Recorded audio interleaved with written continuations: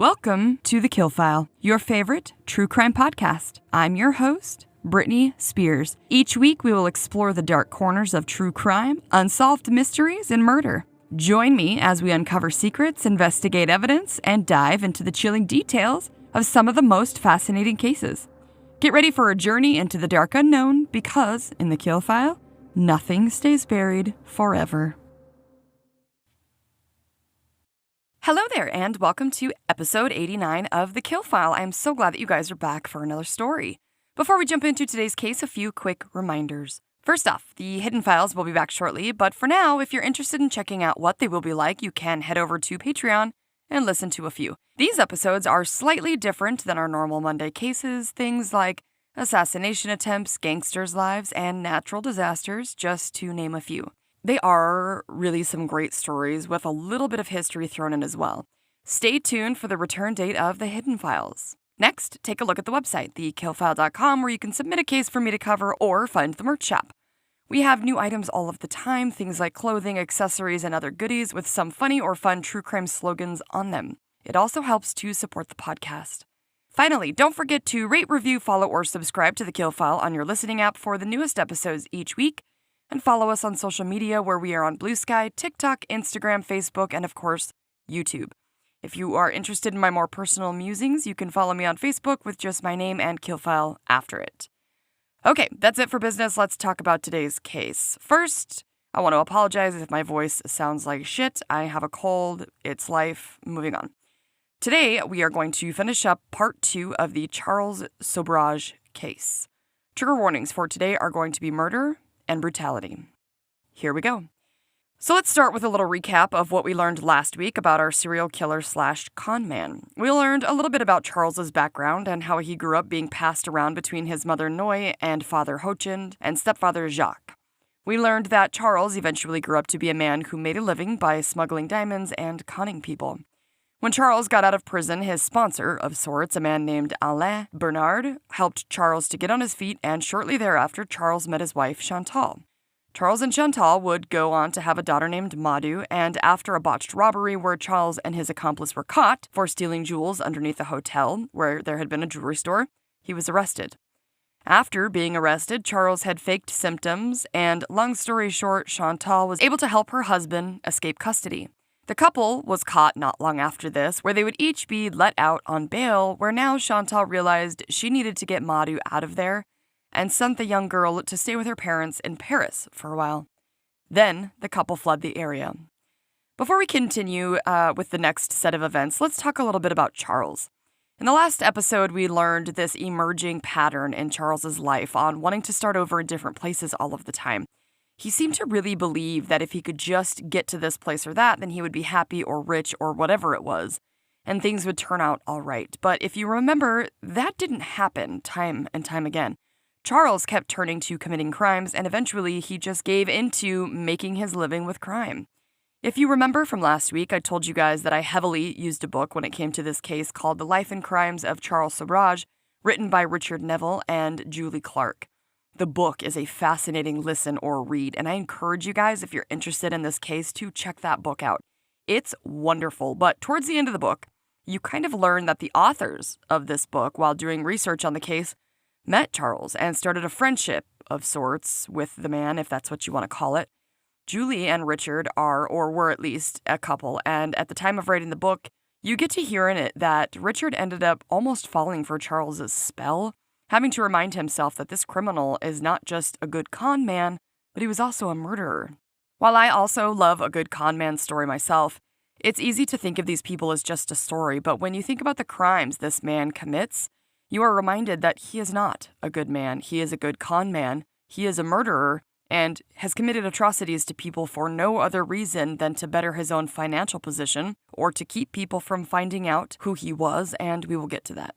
In this second part, we will see that Charles is a master manipulator who is always on the move, uses people to get what he wants, and doesn't seem to feel the slightest guilt for anything that he does to use and dispose of them from his life.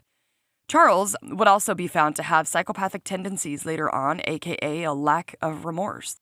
We talked about Charles's wife Chantal, but as you will learn, she will not take on the role of leading lady throughout his life. She was smart enough to be able to get away from his cunning ways with their daughter, which, good for them, that was probably the smartest thing that they could have done.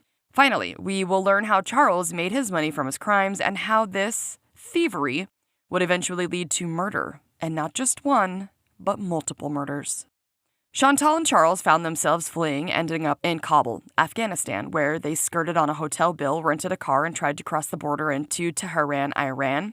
But they would be told that they couldn't bring the rented car across the border. After ditching the car and trying to make it across the border on foot, the two would be caught by the authorities and jailed for not paying their hotel bill. Charles was able to escape by drugging a young boy and escaping with his plan in mind to get his daughter back and then break out Chantal as well, reuniting his family. Charles would head to Chantal's parents' house and tell them that Chantal had fallen sick and that he would take her mother, Mrs. Lemaitre, to her. He instead would take her to his hotel room, drug her, and take his daughter. Charles was able to make his way back to Asia during a 3-week evasion from the authorities with a young woman he hired as Madhu's nanny to help care for her. His plan was still to break Chantal out of jail. After numerous close calls to being locked away for a good chunk of time, including being busted for having numerous fake passports and even radio pens that he was hoping to smuggle into jail for Chantal, he wondered if the nanny he had hired for his daughter would be willing to get busted for something and get placed in the same jail as Chantal. Charles had a grand plan to jailbreak Chantal, but would run into problems along the way, including murdering his first victim.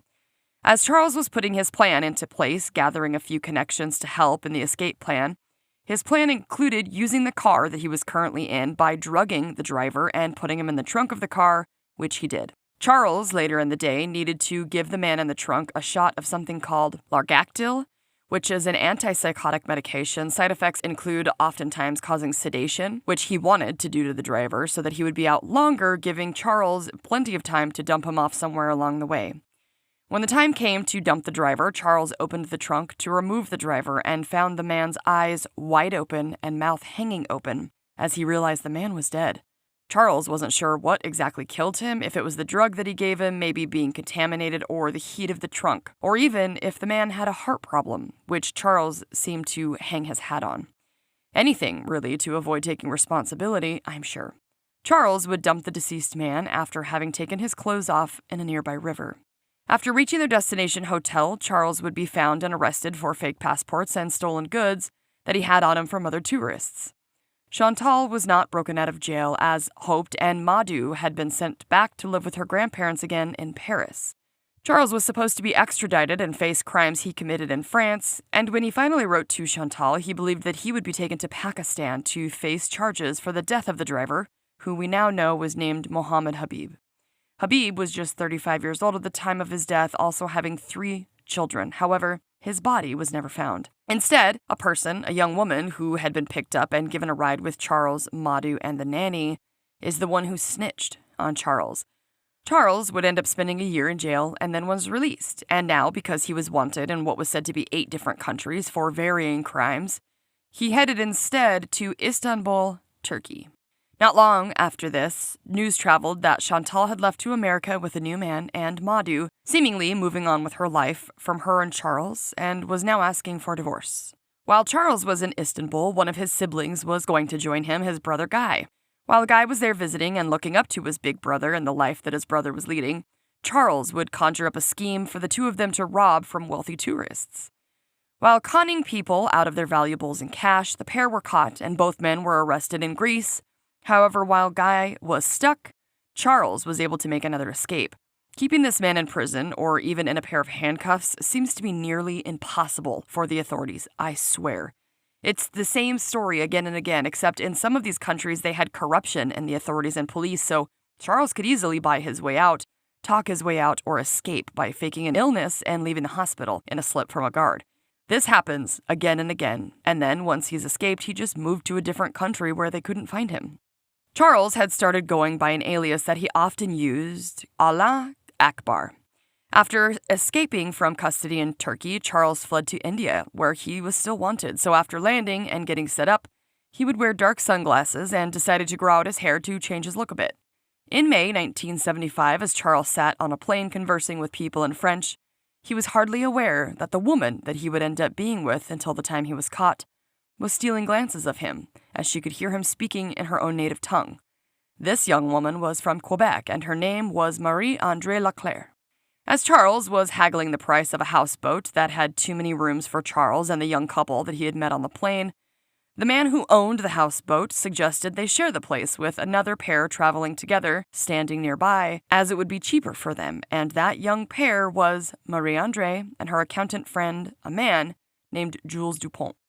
Turns out that Marie-Andrée was traveling with her friend who was actually her ex-fiancé Jules. Marie-Andrée quickly fell for Charles with his ways of importance, his good Eurasian looks, and his way with people.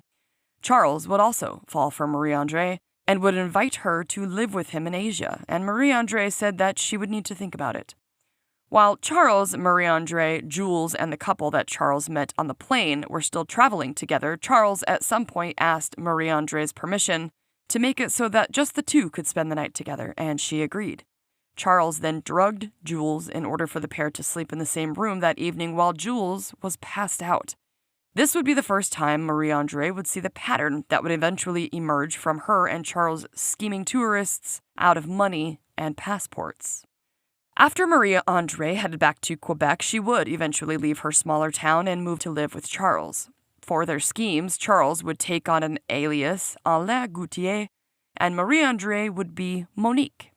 One of their first robberies that took place for the couple was an Australian couple that they had met in September while both visiting a Thai resort. A psychiatrist and his wife had been visiting, and while they were there, they had met a young couple to spend time with, a Jean Belmont and his wife Monique.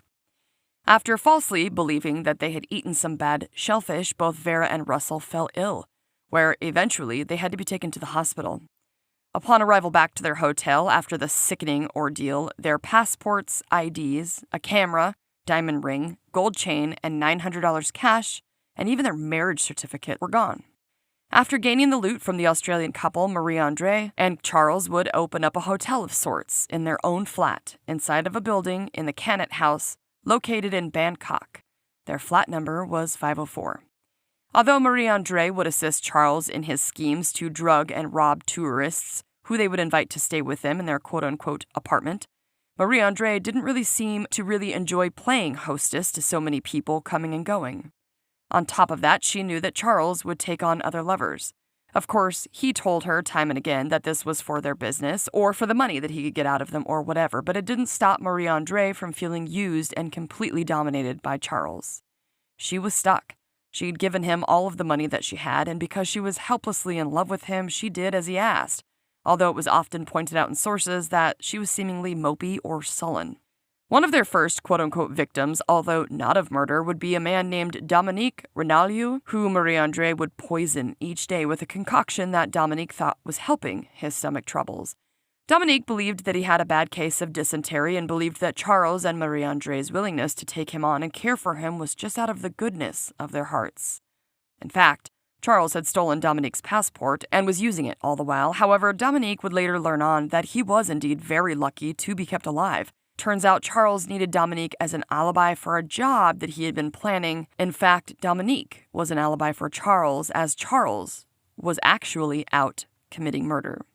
And so it went for the couple to open their apartment/hotel room up to tourists, pose as either their aliases that they common used, or Charles would sometimes go by different names, where they would lure people into their web and usually drug and rob them. Somewhere along the way, Charles would meet his soon-to-be accomplice, a man named A.J. Chowdhury, who was also himself a criminal and seemed to fit right in with Charles and Marie-Andrée. A.J. would be someone who would help Charles's gem business by bringing him tourists who may be interested in buying gems from him. So let's talk for a minute about the murders committed by Charles and his accomplice A.J., and it should be said that it's believed that the pair may have committed anywhere between 12 and 24 murders. However, there are only a few that we know of for sure. Now, there's a lot of dispute on whether or not Marie-Andrée actually knew about the murders and was complicit, or whether she just maybe assumed but didn't know the details. It was kind of just accepted that it would be near impossible for her to not know about them all. One of the first victims of murder was a young woman named Teresa Knowlton from Seattle, who was seemingly a free spirit and was traveling back to a place that she had been before, Kopan Monastery in Kathmandu. Teresa had been there before, but this time was set out to stay there and help the Buddhist monks for about a year. Although her grandmother had reservations about her going, Teresa looked forward to the adventure. Unfortunately, she would never make it to her destination, meeting AJ along the way, who brought her to Charles and Marie-André's flat. On a weekend away that Charles and AJ had brought Teresa to a place called Pattaya. I had to look it up. I guess it's in eastern Thailand.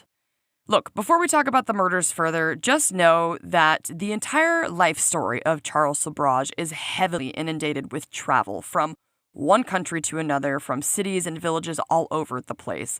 I hadn't even heard of more than half of them, so as I will leave the geography lesson out, and since I have to leave out so many details of this case for time purposes, just understand that the entire time that Charles and Marie-André are living and scheming at the Cannet House, Charles is doing business and leaving constantly for his gem business and, of course, other matters.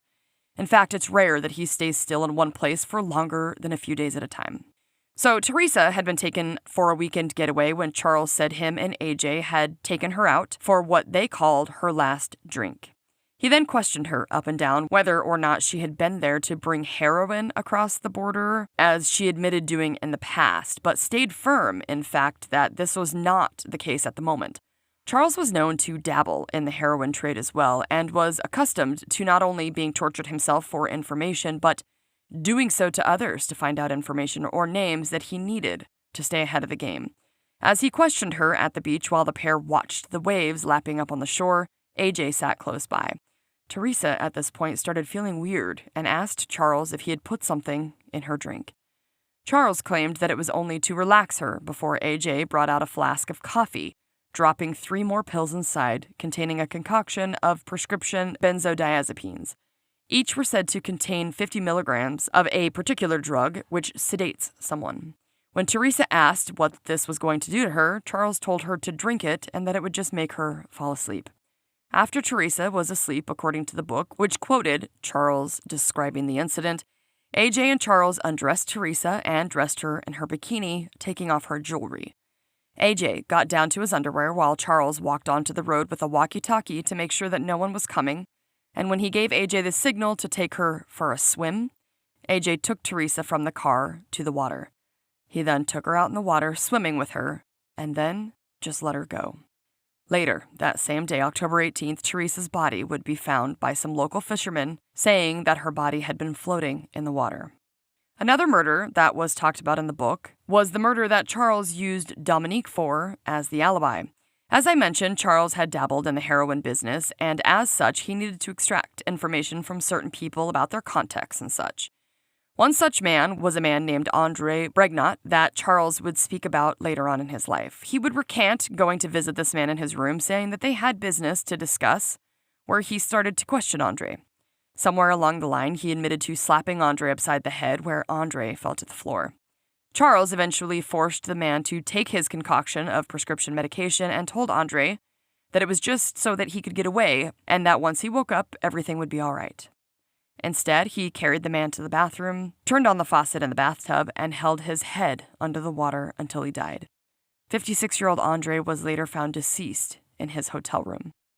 Another victim of Charles would be a man named Vitaly Hakim, a heroin tradesman whose girlfriend Carol from New York would eventually grow weary of the doped-up lifestyle of laying on beaches and hanging out with sketchy druggies from various countries. Carol would head back to the United States while Vitaly headed to his next destination, ending up meeting, not by chance, Charles. Under the guise that Vitaly would be headed to the gem mines with Charles and AJ, Charles had a different idea: to murder Vitaly and get information from him. However, Charles would later say that he wanted this particular murder to send a message to other people in the heroin business. It seems by witnesses that Vitaly had been drugged at Charles's flat with Marie-André before him and AJ took him late one evening. They handcuffed Vitaly in the car, gagged him, and taped him over his mouth. Charles then drove the 3 south of the flat. Along a dirt road after AJ injected Vitaly with sodium pentothal, the pair drug Vitaly into a field where Charles started asking him questions. Vitaly denied at first that he had the information that Charles was looking for and stated that his business was just in the family, but Charles knew he was lying. Charles later admitted to beating Vitaly quite a bit and then removing the gag where Vitaly would tell Charles the name Stephanie Perry, who would be coming in December. Eventually, after subsequent beatings, he would tell AJ and Charles more and more names. They then put Vitaly back in the car and drove again off of a dirt path where they removed Vitaly from the car, and Charles admitted to breaking the poor man's neck. He then covered his body with rags and gasoline. Charles got the car ready to leave, and after AJ threw a match on the corpse, him and Charles quickly got away. When a rice farmer who lived nearby first saw the fire early in the morning as he rose for work, he assumed that it was just a farmer burning some brush. But later that same morning, when he walked upon the fire, he realized that it was a body, and he called the authorities. The police didn't find any tire prints on the ground around the body or in the grass, and for whatever reason, the authorities thought that it was a suicide. Yeah, the guy set himself on fire to die and then just laid down. What the fuck? It was also said that the death of what they assumed was just one jobless Thai person's wasn't enough to even warrant an investigation, so the body was just wrapped in plastic and buried in a cemetery not far from the grave of Teresa Knowlton. Back at the flat, the whole day that Vitaly, AJ, and Charles had been gone, Dominique would tell Charles, who he of course called Alain, as that was his alias at the time, that a woman had been calling the entire day looking for Vitaly. Charles then called the hotel Stephanie was calling from and would tell her that he was a friend of Vitaly's, and when Stephanie pressed asking where Vitaly was, Charles would tell her that he would explain everything when he met her. Charles then asked if she could be in the lobby of her hotel around 11 and said he actually had a message from Vitaly to her. When Charles met up with Stephanie, she expressed how worried she was because Vitaly wasn't calling her back or answering her calls. Charles then told her that Vitaly had gone for a quick trip to some gem mines, and wouldn't you know it, he was headed nearby them today and would be happy to give her a lift to see her friend. Stephanie, of course, believed him and was thankful as she checked out of her hotel and went with Charles. Charles had, in fact, dosed Stephanie at lunch, and later that evening on a deserted road south of Pattaya, AJ and Charles dragged the poor woman out of the car. Charles then gave AJ the go-ahead, and AJ would then strangle Stephanie to death. When her body was later found, the Bangkok Post would run an article about the teenager's body being found, which I didn't know how young she was, and that this was only 2 months after the body of Teresa had been found. And the authorities believed that this case was indeed murder. They believed at the time that someone had drowned her by holding her head under the water. One source would say that Charles was also known to have killed a woman who turned out to be Vitaly's girlfriend, a woman named Charmaine Carew, who had traveled to Thailand to look for her boyfriend and was also found wearing a bikini similar to Teresa. This is where the supposed name of the bikini killer came from, because victims would be found in their swim gear.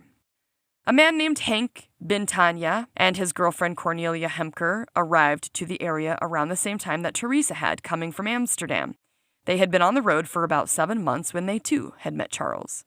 Cornelia, known by the nickname Cocky, was a 24-year-old woman described as beautiful with blue eyes. She and Henk, who was a young, dark-haired man with bright blue eyes, had been together for 5 years, and they were on a huge trip that Cocky had been saving up for a long time. Sources would say that Henk was on track to earn his PhD in chemistry attending Amsterdam University, but the couple took some time off to see the world before they would settle down in their lives. While traveling, Henk would strike up a conversation with a Frenchman who happened to be a gem dealer. The two men became fast friends. Charles explained to Henk that he and his wife also liked to travel, and Charles wanted to teach Henk how to appraise different gems. They had gone to each other's respective hotels. Apparently at the time, Charles had a friend who lived in the hotel that the couple were staying in. And there he gave the couple his address in Thailand, and after spending some time with the couple, he offered to sell them gems much cheaper than they could get anywhere else. The couple had been trying to decide whether or not to spend the money on a sapphire, as Charles had taken them out and paid for their drinks and such at a nearby club. After the couple made their way to Holland, they would indeed stay with Charles and Marie-Andre in Bangkok at their flat as guests. Dominique was still sick while staying with the couple, and while Henk and Cocky stayed with them all, they were known as the Dutch couple. The couple were described as nice people who were wanting to make a little bit of an investment with some of the funds they still had while they were on the road, and that way, if their money ran out, they could just sell the gems or whatever for a bit of a profit. Of course, this was not how things would go. Charles would later claim this couple was on their way to pick up drugs and smuggle them back for money. He claimed to have gotten word from Hong Kong, which he often said as a way of saying whoever he was involved with when it came to the heroin trade was giving him orders and information. While the couple were in their room, the guest, Dominique, would ask what the noises were that were coming from their room, the sounds of a scream and a thud. Monique would tell Dominique the two Dutch people were drug addicts making a ruckus, and how displeased Charles was that they were in fact doing drugs. Charles was known not to care to do drugs or supposedly to even be around them. Charles would later describe just 2 days after picking them up from the airport, the couple were already drugged and could barely walk as AJ and Charles escorted them from the flat to the car under the ruse that he was going to take them to the hospital because of their condition. Charles then drove the four of them to a place called Ringsett into isolation as to not be seen. Cocky was still passed out from the drugs, and Hank, although awake, had also been drugged and was confused as to what was going on. When he asked Charles where they were and started to resist what was happening, Charles then punched the man in the stomach, knocking him over. AJ also hit him and then strangled him. However, he wasn't dead as the two of them had thought, with Charles saying that even while drugged, the man was strong. Instead, as it was raining hard during the time, they drugged the man over to a puddle, and AJ held his head under the water until he drowned. Charles horrifically described what seemed as matter-of-factly, for Cocky, AJ bashed her over the head until the woman was dead. Then Charles and AJ set the couple on fire on the side of the road. Sickeningly, the next day, a group of school-aged children were the ones to find the couple still smoldering and in horrific state. The book described the couple's state as Hank's neck being broken in multiple places as hair and skin had been burned away on his face, and Cocky looking eyes wide open in terror with skin burned to her skull bone towards the back of her head. Can you fucking imagine seeing this ever in your lifetime, but especially as a child? What the fuck? The one thing that stood out to me each and every time that I listened or read about a murder was just how unnecessary they all were. Like, there could have been ways to get what he wanted from these people without having to kill them, and yet they were killed as though it was nothing. Also, knowing that they were in a country where the authorities had a reputation for being highly corrupt. After this murder, Charles and Marie-Andre would travel, according to sources, to Nepal at the end of December, where it was believed that Charles murdered two people, a man named Laurent Carrier and an American girl named Connie Bronzik. After the two were murdered, they were both burned so severely that for Connie, it was hard for her new friends to even make a positive ID on her. During this time that the couple were away from their flat, Dominique, their guest, whom they had kept drugged in their apartment for months now, as well as two friends and neighbors at their complex named Nadine and Remy Geyers, they were starting to put the pieces together of the fact that Alain and Monique may not be who or what they seemed to be. Dominique had been pretty sure that the medicine that Monique was giving to him was what was making him so sick, as when he started to skip drinking them, he was feeling quite better. Nadine, Remy, and Dominique found the passports and items from the people who allegedly were just traveling through, pointing to the fact that they may have never left the area. After the murders of Connie and Laurent, sources stated that Charles and Marie-Andre claimed the identities of the now-deceased couple. Two more murders were assumed to have been caused by Charles as well. A man that was found dead in India in early 1976, Avoni Jacob. This had been linked to Charles and the fact that Charles was using his identity. Another victim linked to Charles as well was a man named Jean-Luc Solomon, which he was merely convicted for something to the tune of culpable homicide that did not amount to murder. Whatever the fuck that means. Culpable homicide seems like murder to me, but alright. With the help of Remy and Nadine, a Dutch diplomat whose name was Herman Kippenberg, had been investigating the deaths of Hank and Cocky, which was leading him and his wife on the case straight to Charles. Eventually, after Charles had left the country and the flat, as the heat was on, his closest friends were figuring out what was going on. Kippenberg was finally given permission to search Charles's empty flat, and he would find evidence there as well. As the authorities were building their case against Charles, Charles would commit a final act that would end in him being looked at in the middle of what can only be described as a scene out of a movie.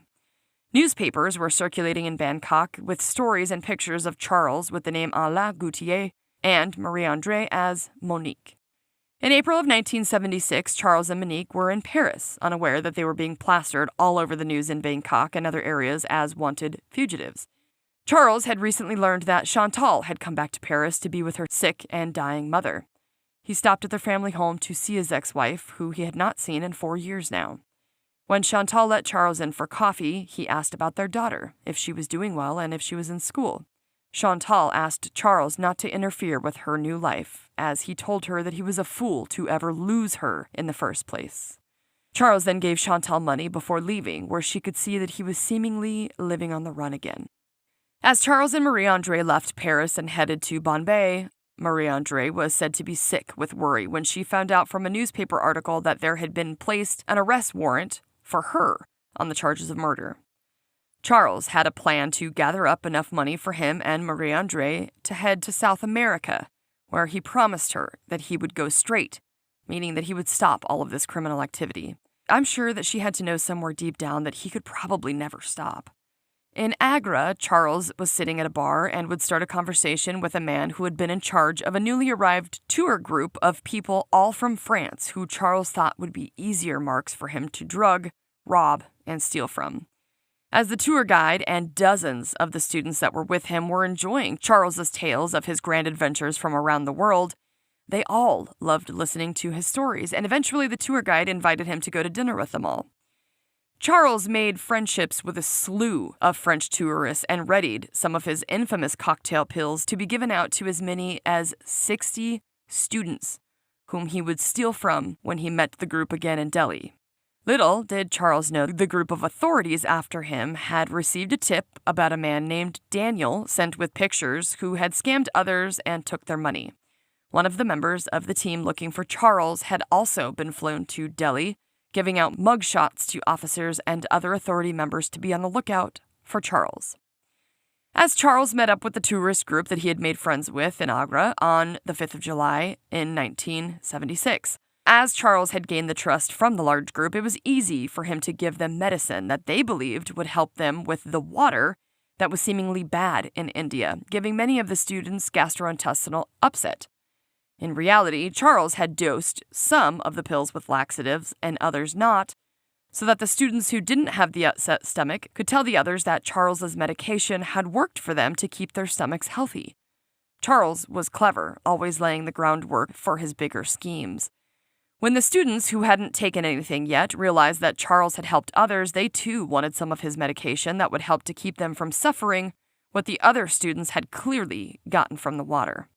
When the students asked if he had more of the medication, Charles said unfortunately he didn't, but he had a friend in the city who was a doctor and that he and his companion, really his accomplice, named Jean Duisme, could go and see if the doctor had an emergency supply of the medication. The students were so grateful that their wonderful friend Charles would be willing to do this for them. When Charles would later meet up with the students in a hotel restaurant, Jean was carrying a black doctor's bag with the medication. The students handed them to each other and began to take the medicine that they thought would help their stomachs, when in reality, they would be hopefully sedated and drugged enough to head up to their rooms for bed, where Charles would then rob them and make a getaway. Or so Charles thought. All of a sudden, the leader of the group's wife let out a scream and then passed out. The book would say that the woman had laid on the ground with her body twitching. Everyone was shocked, and this left Charles thinking that it had to be the vodka because he had made this concoction of pills dozens of times and drugged dozens of people.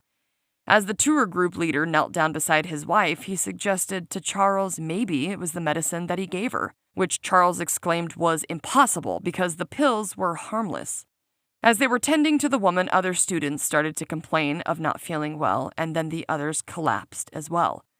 Students who were upset at Charles were starting to circle around him, with Charles asking if any of them had taken something called quinine that protected them against malaria, with some of the students saying yes, they had.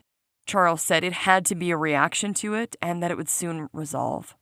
Students were growing frustrated with Charles, although he had found a young lady who claimed to be dizzy but hadn't taken any of his tablets. The waitstaff at the restaurant were panicking, with some people getting sick and passing out. The authorities were called, and although Charles would have easily been able to flee, he didn't. He stayed to help, although now some of the students were following him around, seemingly wanting to make sure that he didn't get away, convinced that he had poisoned or drugged their fellow students. When the authorities arrived, they asked for Charles to come with them, to which he agreed, knowing that he could easily slip away from the police. However, a few of the students blocked the authorities and Charles from leaving, having already called the French embassy, who told the students not to let the man with the pills out of the hotel under any circumstances.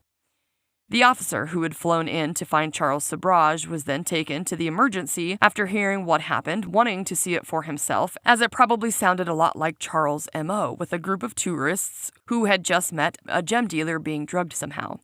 And there was Charles. Of course, at the time, he introduced himself as Daniel, saying that this was just a mix-up over medicine. After checking Charles for a scar on his body that the authorities knew for him to have, they were convinced, although he now looked a little different, that this was indeed Charles Sobhraj, and that they had just arrested him, finally. Over the next few days, the others were also found and arrested, including Marie-André and AJ. After Marie-André was convicted on her part in the schemes, she was then paroled and moved back to Canada, where it was said that she had developed ovarian cancer and passed away in 1984. Sources would say that Charles had turned his trial into a circus and show by hiring and firing different lawyers and doing things like going on hunger strikes. He was still sentenced to 12 years in prison for the ordeal with the students, and of course, this was not for the other crimes where he knew that he would eventually be extradited and also charged for the murders. Charles knew that he would be looking at the death penalty in other countries, so after having spent 10 years in jail, he would end up drugging the jail guards and other staff with some kind of sweets that were brought in for his birthday, where he then escaped jail. I'm telling you that this man is not only a cunning con man, but he seems to be like one of the best escape artists I have ever heard of. Basically, Charles knew that there was a statute of limitations on the crimes, and that if he could just extend his sentence, he would outrun the 20-year limit where he could no longer be charged, and that's exactly what he did. He ended up getting another 10 years added to his sentence, which is what he wanted from the start for his little stunt, and finally, in 1997, when Charles was 52 years old, he was released from prison, quite the free man. Sources said by this time most of the witnesses, evidence, or even warrants against Charles around the world would be lost, or the statutes would have ran out. Charles was then allowed to return to France. It was said that Charles was living a good retirement life in Paris's suburbs and was charging and getting paid well for interviews, pictures, movies, and probably book deals as well. On September 17, 2003, Charles was seen in Kathmandu by a journalist, and after his sighting was reported to the authorities, Charles was arrested. It seems that this was the one country that he was still in trouble in, and many said that he knew that, and they couldn't understand why he went back, maybe for the thrill of it. In 2004, on August 20th, he was sentenced to life in prison for the murders of Laurent and Connie. Evidence coming from the man named Kippenberg, who had been putting the case together against Charles for years. He appealed the sentence on the grounds that there was never a trial, and because he was married at the time, it was said that his wife, who was still in Paris, also sought to file another case with the French government, said to take place in the Court of Human Rights because Charles did not receive any assistance in his arrest and detention. In 2005, Kathmandu confirmed and upheld the conviction. While in prison in 2008, Charles announced his new engagement to a 20-year-old woman from Nepal named Nihita Biswas, so I'm guessing his other wife divorced him, which I can understand. This man is a murderer and a con man who was thrown in prison again for entering a country that he should have just stayed away from. Although he kept appealing for different things, the courts continued to uphold his sentence of life, or like 20 years out there, for the murders. In 2018, Charles received numerous open-heart surgeries, which the surgeon talks about having to save his life, having to, quote, operate on a cold-blooded killer, end quote. I linked this article in the sources. After spending 19 years in prison, Charles was released for health reasons and good behavior and told not to return to Nepal for at least 10 years. According to an article in BBC, Sobhraj has been linked to over 20 different killings between the years of 1972 and 1982, and has been dubbed the Serpent or Bikini Killer. Charles Sobhraj is alive to this day at the age of almost 82 years old and is alleged to be living in France. And that, my friends, is the story of Charles Sobhraj, thief, conman, and infamous murderer. Wow, what a twisty thread of a story, right? Before doing this case, I had never even heard of this man in my life, but once I started the book, I couldn't stop. This story was incredible, and I cannot recommend the book enough that I used in this case. I had to leave out so much detail jumping from one section to the next because there was just so much information that I could not put it all. I can't believe that Charles is still alive because I script this as I go to capture my real, in-time reactions to the cases. I had no idea that this man was still alive. I just assumed that he was caught or in jail somewhere or dead because there was so much about this man. And because the book talked about him telling the stories of his murders, I figured there's no way that he was still around. I can't believe it. And of course, it makes me wonder how many other murders or schemes did he commit that we just don't even know about. I recently started the show that's about him that I believe came out in 2021 called Serpent. It has mixed reviews, but after delving so deep into this case, I have to watch it. Look, I love a good con man story. I always have, although I probably wouldn't if those things happened to me or it was my money or whatever that somebody conned me out of. But it's the murdering that was just so callous and uncalled for that turned him from a thief with a crappy childhood into a monster who deserved to spend the rest of his life in prison. I can only imagine the families of the people he murdered may feel cheated in the fact that he never served time or even saw a courtroom for what he did to their loved ones. Those people mattered too, although I hope that it helps at least a little that he did end up serving quite a bit of time in a few prisons. I couldn't help but wonder what happened to Chantal and Madhu. I think there might be stuff out there on them, but I figured that they've been through enough and I didn't want to talk about them or where the daughter could be at now on the podcast, Maybe she doesn't want everyone to know who she is. Who knows? Anyways, I hope that you guys enjoyed learning about this crazy story as much as I did. And remember, people aren't always as great as they may seem on the outside. They could just be a calculating, cold-blooded killer with a great smile. Come on back next Monday where we will cover another case here on the Kill File where nothing stays buried forever. Stay safe, you guys. Bye. All right, guys, that's going to do it for today. A few quick reminders before you go. Please don't forget to subscribe, rate, and review on your platform. It will help the podcast grow and other true crime lovers to find us. Also, check out the website, TheKillFile.com, where you can suggest a case, find our merch shop, and submit a listener file. Follow The Kill File on your favorite social media platforms. We're on Facebook, Instagram, Blue Sky, and TikTok. Of course, you can always subscribe on YouTube as well. Find all of the links for the socials on the website. Come back on Mondays wherever you get your podcast fix when we will cover another case on the Kill File where nothing stays buried forever. Stay safe, you guys. Bye.